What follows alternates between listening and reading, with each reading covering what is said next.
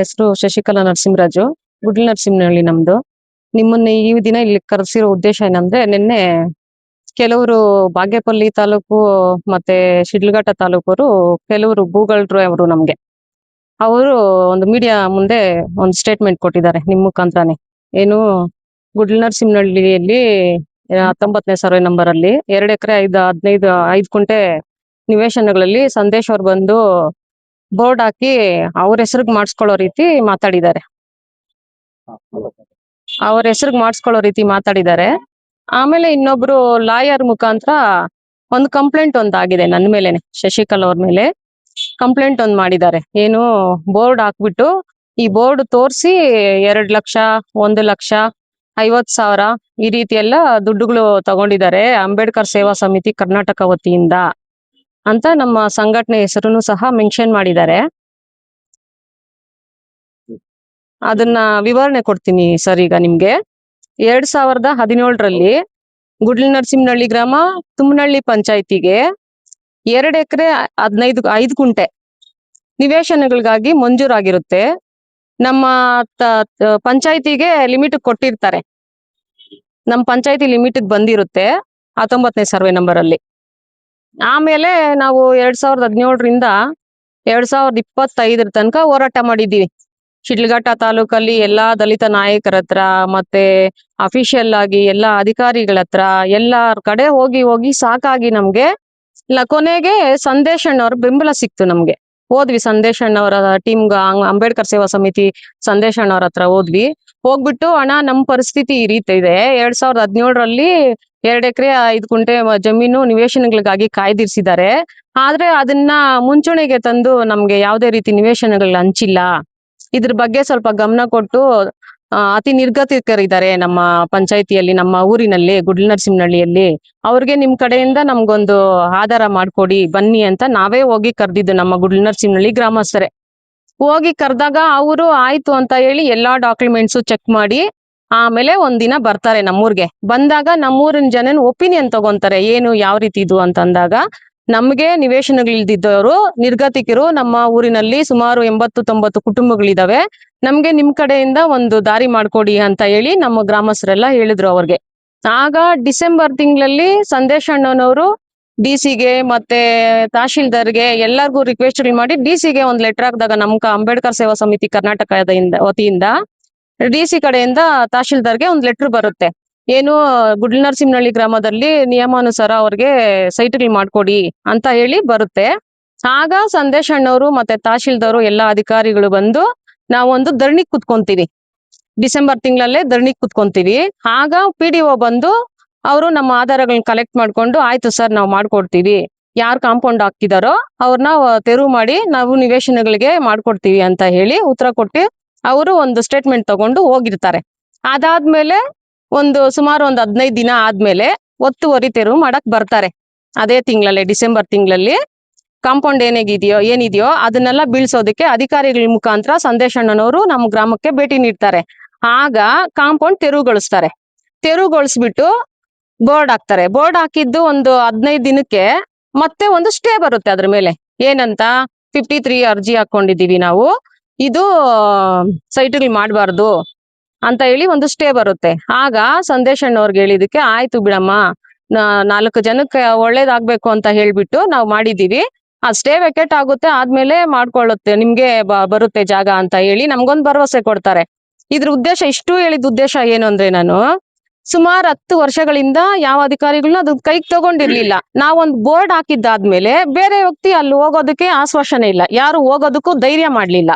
ನಾವು ಆ ಬೋರ್ಡ್ ಹಾಕಿರೋ ಉದ್ದೇಶ ನಮ್ ಸೇಫ್ಟಿಗೆ, ಏನು 4 ಜನಕ್ಕೆ ಜೀವನ ಆಗುತ್ತೆ, ಒಂದು ಸೈಟ್ ಆಗುತ್ತೆ ಅಂತ ಹೇಳಿ ನಮ್ಮ ಸೇಫ್ಟಿಗೆ ನಾವು ಹಾಕೊಂಡಿದ್ದೀವಿ. ಇದ್ರಲ್ಲಿ ಸಂದೇಶ್ ಅಣ್ಣನ ವಿಚಾರ ಏನ್ ಬರುತ್ತೆ, ಇದ್ರಲ್ಲಿ ಅವ್ರು ನಮ್ಗೆ ಕಷ್ಟಪಟ್ಟು ಬಿಡಿಸ್ಕೊಟ್ಟಿದ್ದಾರೆ, ಅದಕ್ಕೋಸ್ಕರ ಅವ್ರ ಮನೇಲಿ ಇಟ್ಕೊಂಡು ಪೂಜೆ ಮಾಡ್ತೀವಿ, ಅದ್ರಲ್ಲಿ ತಪ್ಪೇನಿದೆ ಸರ್? ನಮ್ಮ ಸೇಫ್ಟಿಗೆ ಅಂದ್ರೆ ಸಾರ್ವಜನಿಕರ ಸೇಫ್ಟಿಗೆ. ಈಗ ನಿರ್ಗತಿಕರು ಇದ್ದಾರೆ ಸರ್. ಒಂದು ಕುಟುಂಬದಲ್ಲಿ 4 ಜನ 5 ಜನ ಮಕ್ಳಿದ್ದು ಅವಿಭಕ್ತ ಕುಟುಂಬಗಳು ತುಂಬಾ ಇದೆ. ಸೊ ನೀವ್ ಯಾವತ್ತಾದ್ರೂ ಬಂದು ವಿಚಾರಣೆ ಮಾಡಿದಾಗೂ ಅದು ಕರೆಕ್ಟ್ ಇರ್ಬೇಕು. ಅವಿಭಕ್ತ ಕುಟುಂಬಗಳಿದಾವೆ, ಆ ಕುಟುಂಬಗಳಿಗೆ ಒಂದೊಂದು ಮನೆ ಆದ್ರೆ ತಿಳ್ಕೊಂತಾರೆ, ಅವ್ರಿಗೊಂದು ಅನುಕೂಲ ಆಗುತ್ತೆ ಅನ್ನೋ ಮಟ್ಟಕ್ಕೆ ನಾವು ಬೋರ್ಡ್ ಹಾಕ್ಸ್ಕೊಂಡ್ವಿ. ಬೋರ್ಡ್ ಹಾಕ್ಸ್ಕೊಂಡಿದ್ದಾದ್ಮೇಲೆ ಯಾವುದೇ ಒಂದು ವ್ಯಕ್ತಿ ಈಗ 7-8 ವರ್ಷಗಳಿಂದ ಬೇರೆಯವರು ಹೆಂಗ್ ಕಾಂಪೌಂಡ್ ಹಾಕೊಂಡಿದ್ರು, ಬೋರ್ಡ್ ಹಾಕದ್ಮೇಲೆ ಯಾರು ಅದ್ರಲ್ಲಿ ಅಜ್ಜೆ ಇಡುವಂತ ವ್ಯವಸ್ಥೆ ಮಾಡಿಲ್ಲ, ಧೈರ್ಯನೂ ಮಾಡ್ಲಿಲ್ಲ. ಯಾಕಂದ್ರೆ ನಮ್ಗೆ ಅಂಬೇಡ್ಕರ್ ಸೇವಾ ಸಮಿತಿ ನಮ್ ಜೊತೆಲಿದೆ. ಅಂಬೇಡ್ಕರ್ ಸೇವಾ ಸಮಿತಿ ಬೋರ್ಡ್ ಹಾಕುವಾಗ ಅಧಿಕಾರಿಗಳು ಜೊತೆಲಿದ್ರು ಸರ್. ಮತ್ತೆ ಅವಾಗ ಅಧಿಕಾರಿಗಳು ಇದು ಹಾಕ್ಬಾರ್ದು ಅಂತ ಏನಾದ್ರು ಮಾಡಿದ್ರ? ತೊಡಕು ಉಂಟುಗಳು ಏನು ಮಾಡಿಲ್ಲ ಸರ್. ಅಂಬೇಡ್ಕರ್ ಬೋರ್ಡ್ ಹಾಕಿದಾಗ ಜೊತೆಲೆ ಇದ್ರು. ಆ ವಿಡಿಯೋ ಸಮೇತ ನಿಮ್ಗೆ ಕಳಿಸ್ತೀನಿ ನಾನು. ಏನು ಈಗ ನಿಮ್ಮ ಮೇಲೆ ಬಂದಿರತಕ್ಕಂತ ಆರೋಪ ಏನಂದ್ರೆ ಅಂಬೇಡ್ಕರ್ ಸೇವಾ ಸಮಿತಿ ಬೋರ್ಡ್ ಹಾಕೊಂಡು ಅಮಾಯಕ ಜನರ ಹತ್ರ ನಿಮ್ಗೆ ಸೈಟ್ ಕೊಡಿಸ್ತೀವಿ ನಮ್ಮ ಸಂಘಟನೆ ಕಡೆಯಿಂದನೇ ಅಂತಂದ್ಬಿಟ್ಟಂತ 50,000, 1 ಲಕ್ಷ, 2 ಲಕ್ಷ ಈ ರೀತಿ ಇಸ್ಕೊಂತ ಇದಾರೆ, ಸಂಘಟನೆ ದುರ್ಬಳಕೆ ಮಾಡ್ಕೊಂತಿದ್ದಾರೆ ಅನ್ನೋದು ಒಂದು ಆರೋಪ. ಹೌದು ಸರ್. ಈಗ ನನ್ನ ಮೇಲೆ ಆ ರೀತಿ ಆರೋಪ ಮಾಡಿದ್ದಾರೆ. ಯಾರು ಲಾಯರ್ ಅವರು, ರಾಮಕೃಷ್ಣ ಅವರು ಲಾ ಮಾಡಿ ಕಾನೂನು ಅರ್ತಿರುವಂತ ವ್ಯಕ್ತಿ. ಈಗ ಆ ಲಾಯರ್ ಯಾವ ಊರ್ನವರು? ನಮ್ಮ ಪಂಚಾಯತಿಗೆ ಬರೋ ವ್ಯಕ್ತಿ ಅಲ್ಲ ಅವರು. ಅವ್ರು ಬಂದು ಬೇರೆ ಕೊತ್ನೂರು ಪಂಚಾಯತಿಗೇನೋ ಸೇರ್ತಾರೆ. ಅವರು ಸರ್ಕಾರದಿಂದ ಜಮೀನು ಒಂದು ಸೈಟ್ ಮಾಡ್ಕೊಡ್ಬೇಕು ಅಂದಾಗ ಒಂದು PDO ಪರ್ಮಿಷನ್ ಬರ್ಬೇಕು, ಹಕ್ಕುಪತ್ರ ಕೊಡ್ಬೇಕಂದ್ರೆ ನಾನ್ ಕೊಡ್ತೀನ? ಇಲ್ಲ ಅಟ್ಲೀಸ್ಟ್ ನಾನೀಗ 2 ಲಕ್ಷ ಕೊಡ್ತೀನಿ ಅಣ್ಣ ನಿನ್ಗೆ, 2 ಲಕ್ಷ ಕೊಟ್ಬಿಡಿ ಅಣ್ಣ ನನ್ಗೆ, ನಿಮ್ಗೆ ಆ ಸೈಟ್ ಮಾಡ್ಕೊಟ್ಬಿಡ್ತೀನಿ ಅಂದಾಗ ಅವ್ರೇನ್ ಗೂಬೆನಾ? ಲಾ ಮಾಡಿಲ್ವಾ ಅವರು? ಕಾನೂನು ಅರ್ತಿಲ್ವಾ? ನಾನು ನಮ್ಮ ಅಪ್ಪನಾಸ್ತಿ ಅಂತ ನಾನು ಅವ್ರಿಗೇನಾದ್ರು ಕೊಡ್ತೀನ? ನಮ್ಮ ಅಪ್ಪನಾಸ್ತಿ ಆಗಿದೆ, ಇಲ್ಲ ನನ್ನ ಹೆಸರಲ್ಲಿ ಏನಾದ್ರು ಜಮೀನ್ ಇದ್ದು ಸೈಟ್ ಇದ್ದು ನಿಮ್ಗೆ ಮಾಡ್ಕೊಡ್ತೀವಿ ಸರ್ ಅಂತ ಹೇಳಿದ್ರೆ ನಿಮ್ ಸೇಫ್ಟಿಗೆ ನನ್ನ ಕಡೆಯಿಂದ ಅಗ್ರಿಮೆಂಟ್ ಏನಾದ್ರು ಒಂದು ಮಾಡ್ಕೊಂಡು ನೀವು 2 ಲಕ್ಷ ದುಡ್ಡು ಕೊಡ್ತೀರಾ ನನ್ಗೆ. ನಮ್ಮ ಹಳ್ಳಿಗಳ ಕಡೆ ಆಯ್ತು ಸರ್. ಈಗ ಏನು ಎಲ್ಲಾ ಜನಗಳ ಹತ್ರ ತಗೊಳ್ತಾ ಇದ್ದಾರೆ ಅಂತ ಅವ್ರು ಒಂದು ಆರೋಪ ಮಾಡಿದ್ದಾರೆ. ನಮ್ಮ ಹಳ್ಳಿಯಲ್ಲಿ ಕೂಲಿನಲ್ಲಿ ಮಾಡುವಂತ ಜನ ಅತಿ ನಿರ್ಗತಿಕರಿದ್ದಾರೆ. 1 ಲಕ್ಷ 2 ಲಕ್ಷ ಸಂಪಾದನೆ ಮಾಡ್ಬೇಕಂದ್ರೆ ಸುಮಾರು ದಿನಗಳು ದುಡಿಬೇಕು. ಅಂತ ವ್ಯಕ್ತಿಗಳ ಹತ್ರ ನಾನು ದುಡ್ಡು ವಸೂಲಿ ಮಾಡ್ಕೊಂಡು ನಾನು ಐಷಾರಾಮಿ ಜೀವನ ಮಾಡ್ತಲ್ಲ. ಯಾಕಂದ್ರೆ ನನಗೆ ಒಂದ್ ಸೈಟ್ ಇಲ್ಲ, ಮನೆಗೆ ಇರೋದಕ್ಕೆ ಒಂದ್ ಸೈಟ್ ಇಲ್ಲ. ನನ್ನ ಹೆಸರಲ್ಲಿ ಯಾವ್ದೇ ರೀತಿ ಮನೆಗಳಾಗ್ಲಿ ನಾನೇನು ಐಷಾರಾಮಿ ಜೀವನ ಏನು ಮಾಡ್ತಾ ಇಲ್ಲ. ಅವ್ರು ಹೇಳಿರ್ತಕ್ಕಂತ ದೂರವಾದ ಮಾತು ಸರ್ ಅದು. ಮತ್ತೆ ಅವರು ಫೋನ್ ಪೇ ಇದೆಲ್ಲ ತೋರಿಸಿದಾರಲ್ಲ, ಅದೇನು? ಈಗ ನನ್ನ ಹತ್ರನೂ ಇದೆ ಸರ್. ಈಗ ನನ್ನ ಹತ್ರನೂ ಇದೆ, 1 ನಿಮಿಷ ಡಾಕ್ಯುಮೆಂಟ್ಸ್ ಇದೆ ನೋಡಿ. ಇನ್ನು ಲಾಯರ್ ಅವರು ರಾಮಕೃಷ್ಣ ಲಾಯರ್ ಅವರು 1 ನಿಮಿಷ ಹೇಳ್ಬಿಡಿ, ಅದು ಫೋಟೋ ತಗೊಂತೀನಿ. ಮತ್ತೆ 2023 ನಾನು ಅಂಗಡಿ ನಡೆಸ್ತಾ ಇದ್ದೆ. ಯಾವುದೇ ಹೋರಾಟಗಳು ಏನು ಮಾಡ್ತಾ ಇರ್ಲಿಲ್ಲ. ನಾನು ಅಂಬೇಡ್ಕರ್ ಸೇವಾ ಸಮಿತಿಯಲ್ಲೂ ನಾನು ಇರ್ಲಿಲ್ಲ.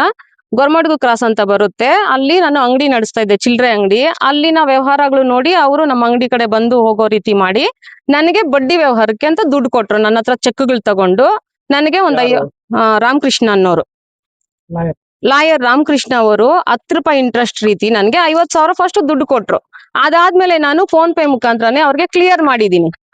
ಕ್ಲಿಯರ್ ಮಾಡಿದ್ದಾದ್ಮೇಲೆ ಅವ್ರ ಏನ್ ಹೇಳಿದ್ರು, ಇಲ್ಲಿ ವ್ಯವಹಾರಗಳು ಚೆನ್ನಾಗಿ ನಡೀತಾ ಇದೆಯಮ್ಮ, ಯಾರಿಗಾದ್ರೂ ತಗೊಳೋರ್ ಇದ್ರೆ ಕೊಡ್ಸ್ಬಿಟ್ಟು ಕಟ್ಸು ಅಂತ ಹೇಳಿದ್ರು. ನಮ್ ಕಡೆ ತುಂಬಾ ಬಡವರಿದ್ದಾರೆ ಸರ್, ಏನೋ ಯಾವ್ದಾದ್ರು ಒಂದು ಹೆಲ್ಪ್ ಆಗುತ್ತೆ, ಏನಾದ್ರು ಒಂದು ಬಿಸ್ನೆಸ್ ಏನಾದ್ರು ಒಂದು ಮಾಡ್ತೀವಿ ಅಕ್ಕ, ಎತ್ಕೊಡಿ ಅಂತ ಸುಮಾರು 1-2-3 ನನ್ನ ಹತ್ರ ಬಂದ್ರು. ನಾನು ಅವ್ರ ಮುಖಾಂತರನೇ ಕರ್ಕೊಂಡೋಗಿ ಅವ್ರ ಚೆಕ್ಗಳು ಸಹ ಕೊಡ್ಸಿದೀನಿ ಅವ್ರಿಗೆ. ಅವ್ರ ಚೆಕ್ಗಳು ಸಹ ಕೊಡ್ಸ್ಬಿಟ್ಟು ಒಬ್ರಿಗೆ 30,000 ಇನ್ನೊಬ್ರಿಗೆ 50,000 ರೀತಿ ಕೊಡ್ಸಿ ಅವ್ರ ಹತ್ರ ಕಟ್ಸಿದೆ ನಾನು.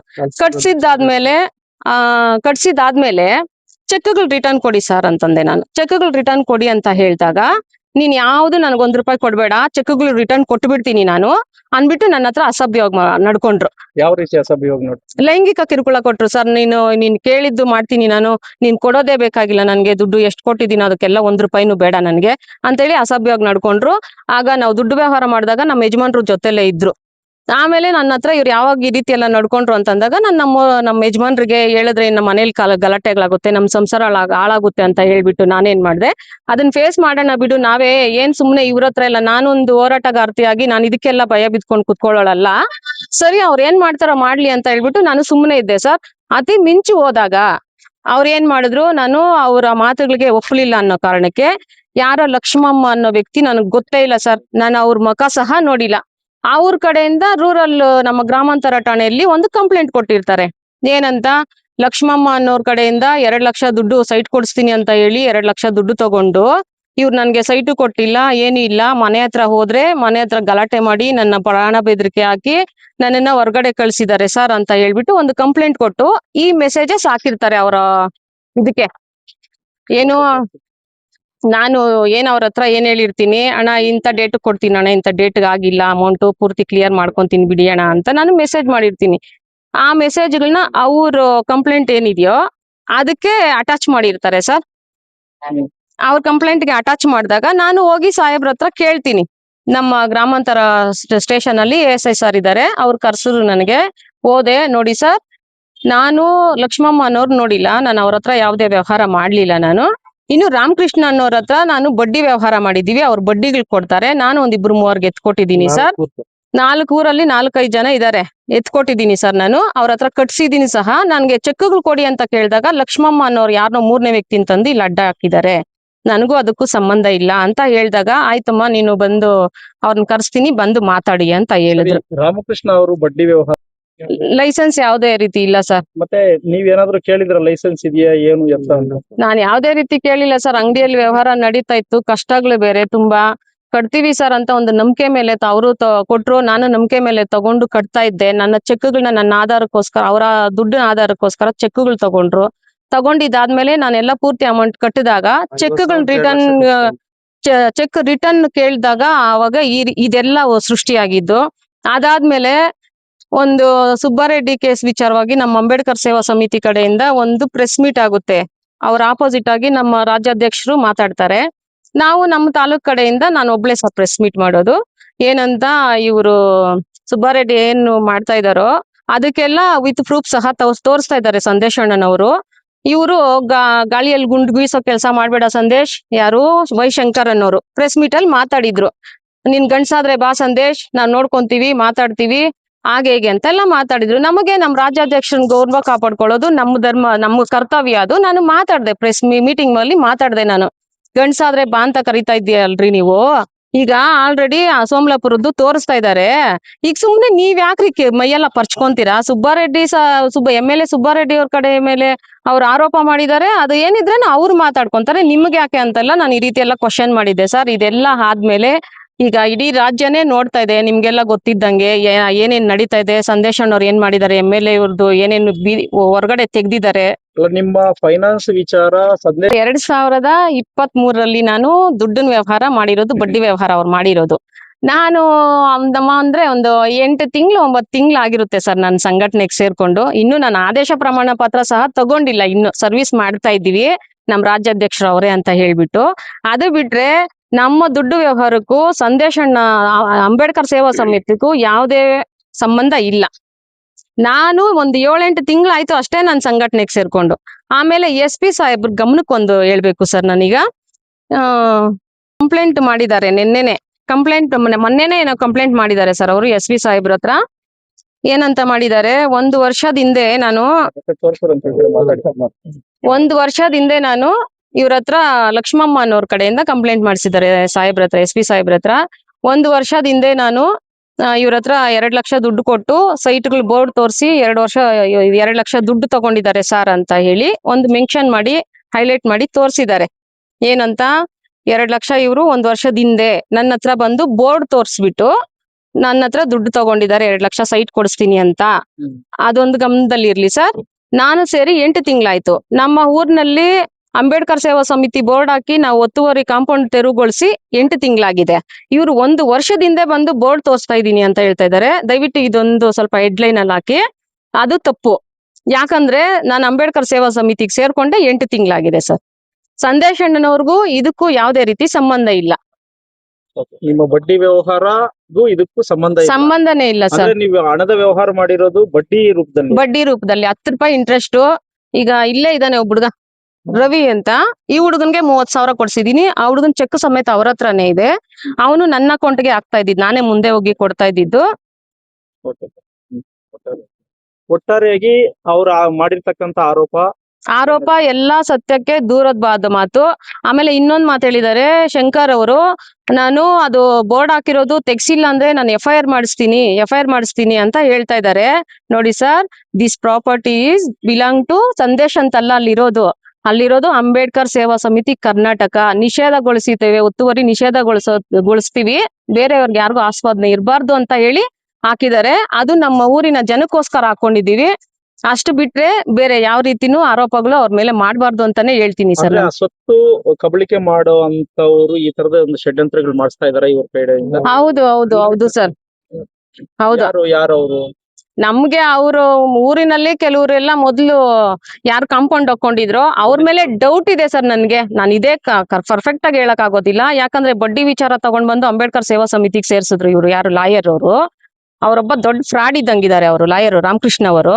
ಈ ಬಡ್ಡಿ ವ್ಯವಹಾರ ದುಡ್ಡು ವ್ಯವಹಾರ ಮಾಡ್ತಾ ಇರೋದೇ ಅವರು. ಸೊ ಅಲ್ಲಿ ಕೊತ್ನೂರು ಪಂಚಾಯತಿಯಲ್ಲಿ, ತುಮ್ನಹಳ್ಳಿ ಪಂಚಾಯತಿಯಲ್ಲಿ ಸುಮಾರು ಜನಗಳಿಗೆ ಬಡ್ಡಿ ಕೊಟ್ಬಿಟ್ಟು ಆ ಪುಣ್ಯಾತ್ಮ ಕೇಸುಗಳು 50,000 ಕೊಟ್ಟಿದ್ದಾನಂದ್ರೆ 2 ಲಕ್ಷ ಕೇಸ್ ಹಾಕ್ತಾನೆ. ನಾನು ಊರೇ ಬಿಟ್ಬಿಟ್ಟವ್ರೆ. ಕೆಲವರೆಲ್ಲ ಊರೇ ಬಿಟ್ಬಿಟ್ಟಿದ್ದಾರೆ ಅವ್ರ ಕಡೆಯಿಂದ. ಈಗ ನೋಡಿದ್ರೆ ನಮ್ಮಂತ ಅವ್ರ ಮೇಲೆ ಏನು 2 ಲಕ್ಷ ತಗೊಂಡ್ರು, 1 ಲಕ್ಷ ತಗೊಂಡ್ರು ಅಂತ ಹೇಳ್ಬಿಟ್ಟು ಈಗ 2-3 ವರ್ಷದಿಂದ ವ್ಯವಹಾರಗಳು ನಡೆದಿದೆ, ನಾವು ಕಟ್ಟಿದೀವಿ ಎಲ್ಲ ಇದ್ಕೊಂಡು ಈಗ ಯಾಕೆ ಸರ್ ನಾವು ಅವರು ನಮ್ಮ ಮೇಲೆ ಈ ರೀತಿ ಆಪಾದನೆ ಮಾಡ್ಕೊಂಡು ಬರ್ತಾ ಇರೋದು? ಅಂದ್ರೆ 10 ರೂಪಾಯಿ ಬಡ್ಡಿಗೆ ನೀವು ತಗೊಂತಾ ಇದ್ರಿ. ತಗೊಂತಾ ಇರೋದು ನಿಜಾನೇ. ಇನ್ನೂ ಇದಾರೆ ಸರ್, ತಗೊಂಡಿರೋರೆಲ್ಲ ಇದಾರೆ. ನಿಮ್ಗೆ ಆಧಾರ ಬೇಕಂದ್ರೆ ನಾನು ತಂದು ಕರೆಸ್ತೀನಿ ಅವ್ರನ್ನ. ಅವ್ರು ತಗೊಂಡವ್ರು ಇದ್ದಾರೆ, ಕೇಸುಗಳು ಹಾಕೊಂಡು ಪಾಪ ಕೇಸುಗಳು ಓಡಾಡ್ತಾ ಇಂತ ವ್ಯಕ್ತಿಗಳು ಇದ್ದಾರೆ. ಕರ್ಕೊಂಡ್ಬಂದು ನಿಮ್ ಮುಂದೆ ನಿಲ್ಲಿಸ್ತೀನಿ ಸರ್ ನಾನು. ಬಡ್ಡಿ ವ್ಯವಹಾರಕ್ಕೂ ಮತ್ತೆ ವೈಶಂಕರ್ ಅವರು 2 ಲಕ್ಷ, 1 ಲಕ್ಷ, 10 ಲಕ್ಷ ತಗೊಂಡು ಈ ತರ ಮಾಡ್ತಾ ಇದಾರೆ ಅಂತ ಹೇಳಿ ಆರೋಪಗಳು ಮಾಡ್ಬಿಟ್ಟಿದ್ದಾರೆ. ಆಮೇಲೆ ಅವ್ರು ಮಾಡಿರೋಂತ ಅವ್ರ ಮೇಲೆ ಇರೋಂತ ಹೇಳ್ತೀನಿ ನಾನೀಗ. ಚಿಕ್ಕಬಳ್ಳಾಪುರ ಇದೆ ಟೌನ್ ಸ್ಟೇಷನ್ ಅಲ್ಲಿ ಯಾರು ಒಂದು ಹೆಣ್ಮಗಳಿಗೆ ಕೆಲಸ ಕೊಡಿಸ್ತೀನಿ ಅಂತ ಹೇಳ್ಬಿಟ್ಟು, ಆಂಧ್ರ ಮೂಲದ ಹುಡುಗಿ ಕೆಲಸ ಕೊಡಿಸ್ತೀನಿ ಅಂತ ಹೇಳ್ಬಿಟ್ಟು 5 ಲಕ್ಷ ಹಾಕ್ಸ್ಕೊಂಡಿದ್ದಾರೆ. ಅದಾದ್ಮೇಲೆ 5 ಲಕ್ಷ ಹಾಕ್ಸ್ಕೊಂಡು ಆ ಹುಡ್ಗಿ ಪಾಪ ನ್ಯಾಯ ಕೇಳಕ್ ಬಂದ್ರೆ ಇಲ್ಲಿ ಟೌನ್ ಸ್ಟೇಷನ್ ಅಲ್ಲಿ ಕಂಪ್ಲೇಂಟ್ ತಗೊಂಡು ನಮ್ ಲಿಮಿಟ್ ಬರಲ್ಲಮ್ಮ ಅಂತ ಕಳ್ಸಿದ್ದಾರೆ. ಇನ್ನ ಒಂದು ಗೌರಿಬಿದ್ನೂರಲ್ಲಿ ಅವ್ರ ಹತ್ರ ಒಂದು ಹೆಣ್ಮಗಳ ಹತ್ರ 5 ಲಕ್ಷ ತಗೊಂಡು ಈಗಲೂ ಪ್ರಕರಣ ದಾಖಲಾಗಿರೋದು ಇದೆ ಅವರ ಇದ್ರಲ್ಲಿ. ಗೌರಿಬಿದ್ನೂರಲ್ಲಿ ಪ್ರಕರಣ ದಾಖಲಾಗಿದೆ. 5 ಲಕ್ಷ ತಗೊಂಡು ನಾ ಅವ್ರಿಗೆ ಕೆಲಸ ಕೊಡಿಸ್ತೀನಿ ಅಂತ. ಈ ರೀತಿ ಮಾಡ್ತಾ ಇರೋದು ಅವರು. ನಮ್ಮನ್ ಯಾಕ್ರಿ ಅವರು ಬೀದಿಗೆ ತಂದು ಒಂದ್ ಹೆಣ್ಮಗುನ ಜೀವನ ಹಾಳು ಮಾಡ್ಬೇಕು ಅನ್ನೋ ಉದ್ದೇಶದಲ್ಲಿ ಮಾತಾಡ್ತಾ ಇದ್ದಾರೆ. ಅದಕ್ಕೋಸ್ಕರ ನಾನು ಈ ಮಾತುಗಳನ್ನ ಹೇಳಿದ್ದು. ಆಮೇಲೆ RBI ಮಾಡ್ತೀನಿ ಅಂತ ಹೇಳ್ಬಿಟ್ಟು ಅದ್ರಲ್ಲಿ ಒಂದು ಕೇಸಲ್ಲಿ ಜೈಲ್ ಸಮೇತ ಹೋಗಿದ್ದಾರೆ ಅವರು ದಲಿತ ಯಾವ ಸಂಘಟನೆನವರು, ದಲಿತ ಸಂರಕ್ಷಣೆ ವೇದಿಕೆ ರಾಜ್ಯಾಧ್ಯಕ್ಷರು ಸಹ ಅವ್ರಿಗೆ ಸಹಾಯ ಮಾಡಿರಲ್ಲ. ಅವ್ರು ಜೈಲ್ಗೆ ಹೋದಾಗ ಅವ್ರಿಗೆ ಸಹಾಯ ಮಾಡಿದ್ದು ಮಹಾನಾಯಕ ಡಾಕ್ಟರ್ BR ಅಂಬೇಡ್ಕರ್ ಸೇವಾ ಸಮಿತಿ ಕಡೆಯಿಂದ ಅವ್ರಿಗೆ ಹೆಲ್ಪ್ ಮಾಡಿ ಅವ್ರು ಹೊರಗಡೆ ಬಂದಿದ್ದು, ಹೆಲ್ಪ್ ತಗೊಂಡು. ಅವ್ರ ಸಂಘಟನೆಯವರೇ ಅವ್ರಿಗೆ ಸಹಾಯ ಮಾಡ್ಲಿಲ್ಲ. ಅದಾದ್ಮೇಲೆ ಅವ್ರ ಸಂಘಟನೆ ಹೆಸರಿಟ್ಕೊಂಡು ಒಂದು ಬ್ಯಾನರ್ ಹಾಕೊಂಡು ಎಲ್ಲಾದ್ರೂ 1 ಅಡಿ ಜಾಗ ನಾನು ಬಿಡ್ಸ್ಕೊಟ್ಟಿದೀನಿ ಅಂತ ಅವ್ರು ತೋರ್ಸ್ಬಿಡ್ಲಿ, ಅದಕ್ ನಾವು ಸಲಾಂ ಮಾಡ್ತೀವಿ. ಆಮೇಲೆ ನಮ್ಮ ಬೋರ್ಡ್ ಕಿತ್ತಾಕ್ಬೇಕು ಅಂತ ಇದಾರಲ್ಲ, ಕಿತ್ತಾಕ್ತಿವಿ ಸರ್, ನಾವು ಬೋರ್ಡ್ ಕಿತ್ತಾಕ್ತಿವಿ. ಓಕೆ, ಅವ್ರು ಬಂದು ನಾಳೆ ಸೈಟ್ಗಳನ್ನ ಹಂಚಿಕೆ ಮಾಡ್ಕೊಡಿ ಅಂತ ಹೇಳಿ ಸರ್ ನಾವು ಅವ್ರಿಗೆ. ಅಷ್ಟೇನಾ? ಅಷ್ಟೇ.